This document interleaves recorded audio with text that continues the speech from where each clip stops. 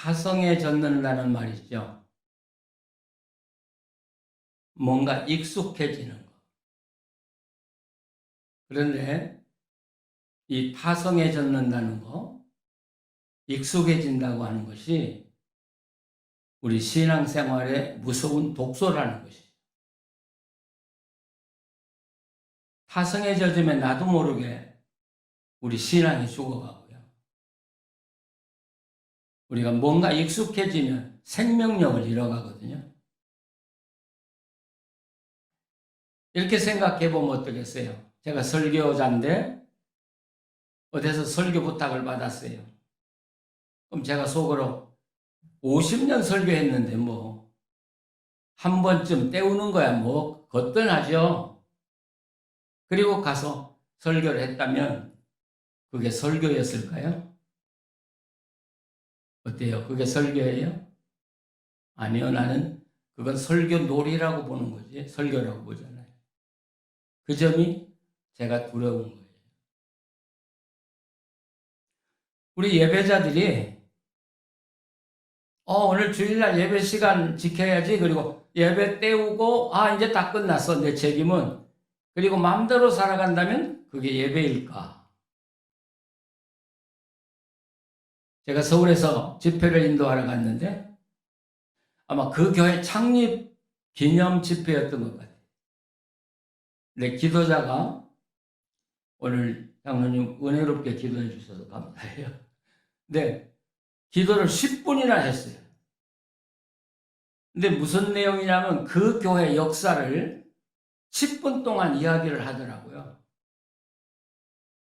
그리고 미안했는지 예배 다 끝나고 저한테 와서 하는 말이 우리 교인들이 우리 교회 역사를 몰라서 역사를 가르치느라고 길게 했다. 말이 됩니까? 그분은 오래 예수 믿은 게 도리어 화가 됐다고 저는 생각을 합니다. 우리가 기독교 용어를 쓸 때도 참 조심해야 된다고 생각해요. 예, 한국에 가니까 교인들이 득세 그래서 나는 무슨 특별한 새를 잡는 줄 알았죠. 말이 되나요? 그러면 득세 하는 사람들이 무슨 기도를 했을까? 저는 그런 생각을 해봐요. 우리가 십자가를 목걸이도 사용하고 장식에도 사용하고 또 귀걸이도 사용하는데 십자가에 대해서 심각하게 생각하지 않는다면 그분은 십자가를 모독하는 사람이죠. 우리가 성경 말씀도 마찬가지죠. 그냥 성경 말씀을 쭉 읽고 이건 내가 아는 거야. 예수님 십자가에 돌아가셨대. 그래서 우리가 구원받았대 한다면 여러분 십자가를 모독하는 것이 되고 말 것입니다. 그래서 영성신학자인 토마스 머튼이라는 분은 그런 말을 해요. 성경을 펴놓고 성경을 자세히 읽고 그리고 깊은 묵상에 들어가면 자기가 그 성경의 현장으로 가서 하나님을 배웠고 하나님과 교제를 나눌 수 있다는 것입니다. 우리가 그런 경지에 들어갈 수 있다면 얼마나 좋겠어요. 그러나 한술에 배부를 수는 없죠. 성경 본문을 읽고 그 말씀을 묵상하면서 여러분 일주일을 지나보세요. 예수님 가까이 가는 것 같아요. 그리고 하나님의 사랑을 느끼기 시작, 아주 진하게 느끼기 시작. 바로 그 말씀 중에 하나가 오늘 본문이에요. 이 본문도 우리가 40일 광야에 나가서 금식기도 했대. 그러면 별 의미가 없어요.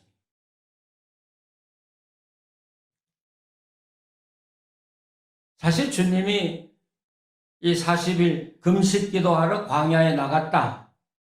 이 말을 사막이나 광야가 어떤 곳인가를 아는 사람은 깜짝 놀랄 일이에요. 40일 못 견뎌요, 여러분. 그건 죽음을 각오한 거예요, 죽음을. 근데 예수님은 그런 곳으로 나가셨거든요. 제가 2008년도에 사막을 체험하기 위해서 이스라엘에 가서 한 11일 동안을 지나봤어요. 네게부 사막과 유대 사막을 지나봤어요. 낮에는 화씨로 이야기한다면 100도에서 120도가 넘나들어요. 그런데 여기서 느끼는 온도와 거기서 느끼는 온도는 아주 다르죠. 체감 온도는 140도가 넘어가는 거죠. 그런 데서 물 마시지 않고 몇 시간 그 태양빛에 노출되면 생명을 이룰 수 있다는 거예요. 반대로 저녁에는 너무 춥잖아요. 전 요즘 새벽기도 나오면서 참 감사하는 게, 이게 유대 나라의 새벽이에요. 사막의 새벽을 우리가 지금 체험하고 있는 거예요. 우리가 따뜻한 방에서 자고 나오니까 뭐 그렇게 춥지 않지만, 여러분, 이 홈레스들이 이 추위에 꺼져가나 두르고 있었다면 과연 그 추위를 이길 수 있었을까요? 더욱이 사막은 밤에는 사나운 짐승들이 먹이를 찾아 날뛰는 시간이거든요. 거기 예수님이 하나 엎드려 있으면 이건 밥이에요. 사나운 짐승의 밥. 야, 그런 곳에서 어떻게 금식하며 40일을 지나셨을까? 광야에서 엎드려 기도하셨을까? 아니면 동굴에 가셨을까? 또 나무 밑에서 기도하셨을까?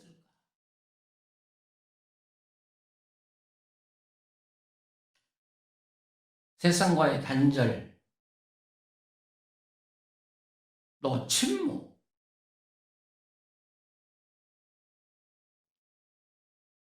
도대체 예수님께서 하나님의 아들이신데 아니 그렇게까지 기도하실 이유가 뭐 있어요? 그렇지 않아도 다 하실 수 있는데 무엇 때문에 그런 고난을 받으면서 40일 동안 깊은 기도를 하셨느냐는 거죠. 만약 우리가 묵상을 하면서 예수님 곁에 가가지고 예수님한테 이렇게 묻는다면, 주님, 이렇게까지 고난을 당하셔야 합니까? 이런 기도를 할 이유가 무엇입니까? 하고 물었다면 주님이 뭐라고 대답할 것 같아요? 너를 위해서. 너를 위해서. 아마 우리 교인들이 가서 다 주님에게 물었다면 똑같은 대답을 하실 거예요. 너 때문이다. 너 때문이다. 예수님 당시에 유대 나라는 정말 고난의 땅덩어리였죠. 그래서 이스라엘 백성들이 당하는 그 고난을 세 가지로 요약한다면 굶주림이라고 말할 수 있겠죠. 여기 연세 많으신 분들은 굶주림이 뭔가를 다 아셔요. 근데 5천 명을 먹이실 때 그 많은 사람이 점심이 됐는데 도시락을 가지고 온 사람은 어린애 하나밖에 없다는 게 뭘 이야기해요? 먹을 것이 없었다는 거예요. 주님은 그들을 생각하면서 마음이 얼마나 아팠겠어요. 이 문제를 어떻게 해결할 수 있을까? 또 가난하면 또 문제가 그렇게 많이 생겨요?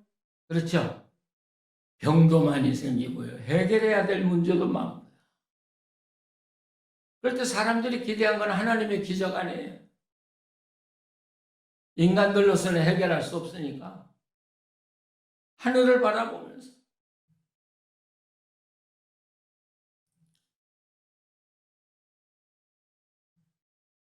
기적을 바랄 수밖에 없겠죠. 그런데다가 유대 나라는 로마라고 하는 나라의 지배를 받는데요. 얼마나 세금을 많이 착취해 나갔는지 이 이야기를 들으시면 여러분 이해가 가요. 갈릴리에서 고기를 잡는데요. 어부들이 갈릴리로 나가면서 세금을 내고 들어가요. 고기 잡는 새. 그리고 고기를 잡아요.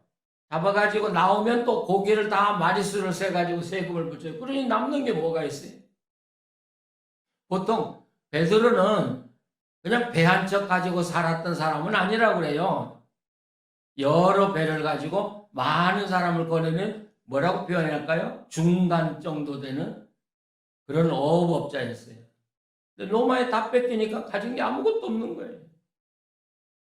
어떻게 보면 그런 사람들이 예수님이 부를 때 그거 다 버리고 나왔을 거라고요. 자, 그런 백성들을 놓고 이 문제를 어떻게 할까? 이게 예수님의 아픔이었다고요. 예수님의 고통이었고. 그래서 하나님과 이 문제를 놓고 의논하기 위해서 광야에 나가서 40일 동안 굶주리면서 아버지, 이 굶주린 백성 어떻게 할까요?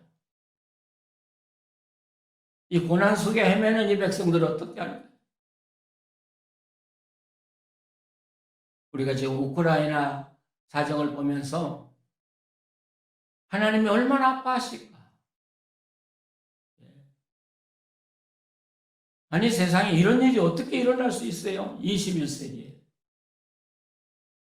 이건 말이 안 되는 일이에요. 저는 목사로서 어떤 못된 마음을 가지고 있는지 몰라도 우크라이나가 이 핵무기를 포기하지 않았더라면 소련에다 한 방 때렸으면 참 좋겠어요. 이 악한 인간들이 말이에요. 그런데 우리보다 주님이 더 아파하신다는 사실.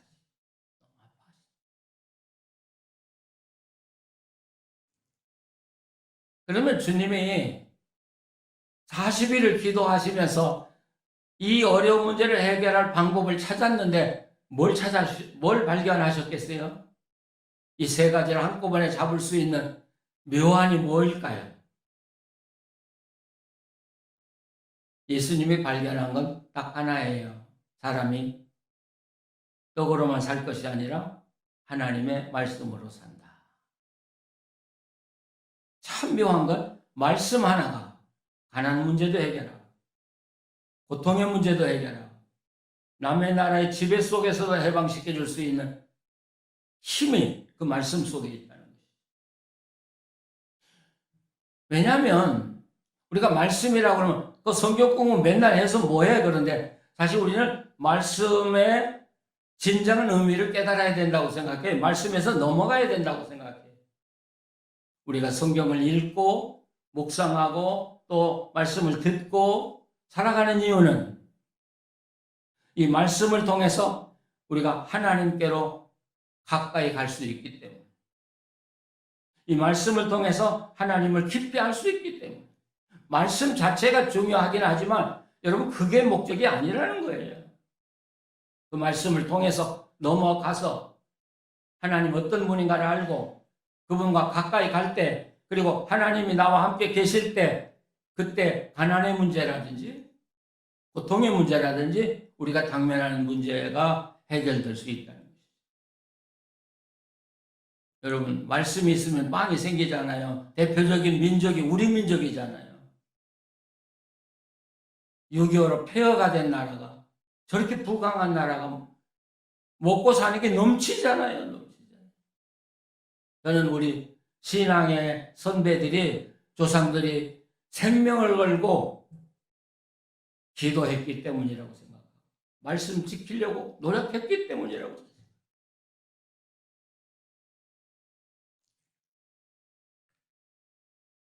제가 CBS인가 새롭게 하소서에서 참 재미있는 분의 간증을 들었어요.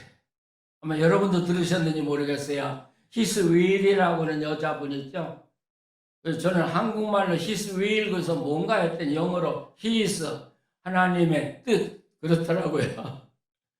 이분이 너무 가난했고요. 먹을 것이 없었고요. 차를 타본 적이 없었고. 근데 중병에 걸려가지고 수술을 받는데 보증술뿐이 없었다고 그래요. 그래서 자기가 보증하고 자기가 수술을 받았어요. 그리고 마취해서 깨어나는데 너무 아프거든요. 그리고 외롭고요. 그래서 이 사람이, 이분이 하나님께 투정을 벌였다는 거죠. 하나님, 이게 뭐예요? 아파서 견딜 수가 없어요. 외롭고요. 근데 그때 한 음성이 들렸다고 그래요. 뭐 죽고. 근데 이 여자분이 부산 사람이래요. 근데 하나님이 부산말로 뭐 죽고 그러더래요. 참 하나님은 대단한 분이야. 미국에서 기도하면 영어로 대답하시고 이 땅의 모든 언어를 다 알고 계시고 방언까지 다 알고 계시고 뭐 죽고. 그래서 그 아픔 속에서 그렇게 말했대요. 하나님, 저 사랑해줄 남자 좀 만나서 결혼하게 해주세요. 그리고 제가 음악을 해야 되는데 제가 사는 날 동안 영감이 끊어지지 않도록 좀 주십시오.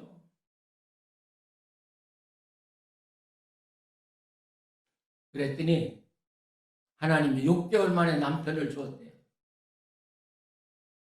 근데 이 가정이 어떤 가정이냐면 대장금 여러분 아시죠? 대장금 드라마를 감독했던 분의 가정이에요. 그 아들을 만나서 결혼했고요. 그리고 끊임없이 하나님 영감을 주셔서 지금 앨범이 뭐 7판인가 뭐 8인가 나가고 있고, 여러분 재밌죠? 그런 이야기 들으면 어쩐지 기쁘고 행복해요. 그래서 하나님이 나한테도 뭐 죽고 한번 했으면 참 좋겠다는 생각이 들고요.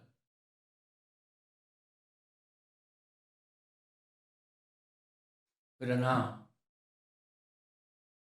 우리가 여기에서 만족해서는 안 되겠죠. 하나님의 은혜 참 좋아요. 은혜 찬양하는 거 좋아요. 그러나 우리는 그 은혜에 머물러서는 안 된다고 생각해요. 그걸 넘어가야 된다고 생각해요. 우리가 이렇게 생각하면 어떻게 했어요? 주님이 이 땅에 오셔서 그 어려움을 다 겪으신 건 우리를 위해서다고 말할 수 있어요. 그러나 달리 생각을 해보시면 주님이 이 땅에 오셔서 고민한 게 뭐냐면 내 생명을 어디다 투자해서 누구를 살릴 거냐를 생각하셨다. 그렇다면 우리도 지금은 은혜도 필요해요. 하나님 축복도 필요해요. 네, 우리가 기도할 건 하나님. 제가 하나님의 은혜 받고 여기까지 왔는데 지금까지 살았는데 이제는 나라는 생명을 어디다 투자할까요? 어떻게 투자하고 살다가 주님 앞에 쓸까요? 이제는 우리가 그렇게 물어야 한다고 생각해요. 우리를 투자 가치로 이야기해서 참 죄송해요. 어디다 투자하고 사세요? 우리 성도들 많은 물질과 시간을 어디에 많이 투자하고 사시냐고요. 예수님이 비유로 말씀한 대로 땅에 묻어뒀다가 그냥 맨몸으로 하늘나라 가실 겁니까? 아니면 나라고 하는 이 생명을 어딘가 투자해서 뭔가 하나님이 바라는 뭔가를 결과를 얻고 열매를 맺고 그리고 그 열매를 가지고 하나님 앞에 갈 것인가?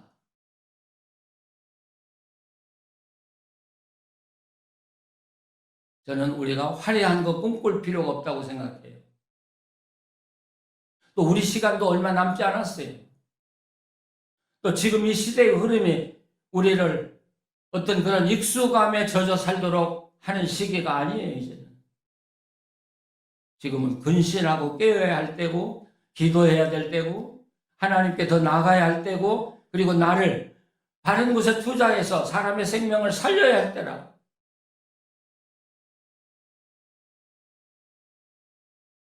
내 투자 가치를 알아야 되겠죠? 내 투자 가치가 얼마나 되는가? 또 내 투자 가치가 누구에게 어디에 투자해야 가치가 있는가, 열매를 맺을 것인가, 이걸 정확하게 평가를 해야 되겠죠? 그리고 투자해야 되겠죠. 주님은 자기 생명을 우리를 위해서 다 투자하셨어요. 그게 십자가예요. 그리고 오늘 우리에게 이런 은혜와 축복을 누리며 살게 해주셨어요. 그렇다면 우리에게 주님이 지금 물으시는 질문은 너는 네 생명을 어디에 투자하고 사느냐? 어디에 투자할 거냐? 어디에 투자하고 나에게 올 거냐? 주님은 물으신다고 생각합니다. 그래서 우리는 또 광야에 나가야 합니다. 물론 저 사막에 가면 참 좋겠죠. 전 요즘 사막을 너무 그리워해요. 사막에 좀 가서 조용히 살면서 하나님과 다시 한번 내 인생을 설정했으면 좋겠어요. 그러나 사막은 꼭 그런 사막이 아니라 세상과의 단절, 그리고 침묵, 고요 속에서 하나님의 고요를 만나는 것이기 때문에 내 골방에서든지 교회에서든지 어디에서든지 세상과 단절하고 그리고 침묵 속에서 하나님을 만난다면 그곳은 어디든지 사막이라는 사실. 저의 유일한 사막은 새벽기도예요. 정말 저 요즘 새벽기도 즐겨요. 자, 일어나서 아무것도 접촉하지 않는 그 시간. 하나님 바라보면서 나를 바라보고 또 나를 반성해 보면서 앞으로 내가 어떻게 걸어가야 할 것인가를 재설정하는 그런 시간. 사막으로 가십시다. 그리고 주님 만나고 또 주님의 음성 듣고 내가 어떻게 살아야 할까를 결정하면서 하루하루 살아가시는 우리 성도 여러분 되시기를 바랍니다. 기도하시겠습니다. 하나님, 주님의 은혜 감사합니다. 감사라고 밖에는 말할 수가 없습니다. 여기까지 인도해 주셨습니다. 기도할 때마다 응답해 주셨습니다. 이제는 우리가 하나님의 은혜 받은 자로 어떻게 살 것인가를 깊이 생각하고 나를 어디에 던져야 더 많은 열매를 맺을 수 있는가를 생각하면서 살게 하여 주시옵소서. 이 땅의 탄식 소리를 들으시는 하나님, 이 땅의 고통을 보시는 주님, 고통에서 건져 주시옵소서. 탄식 소리를 들어 응답하여 주시옵소서. 생명들을 살려 주시옵소서. 그리고 하나님의 성령의 아름다운 열매들이 곳곳에서 꽃피게 하여 주시옵소서. 예수님의 이름으로 기도합니다. 아멘.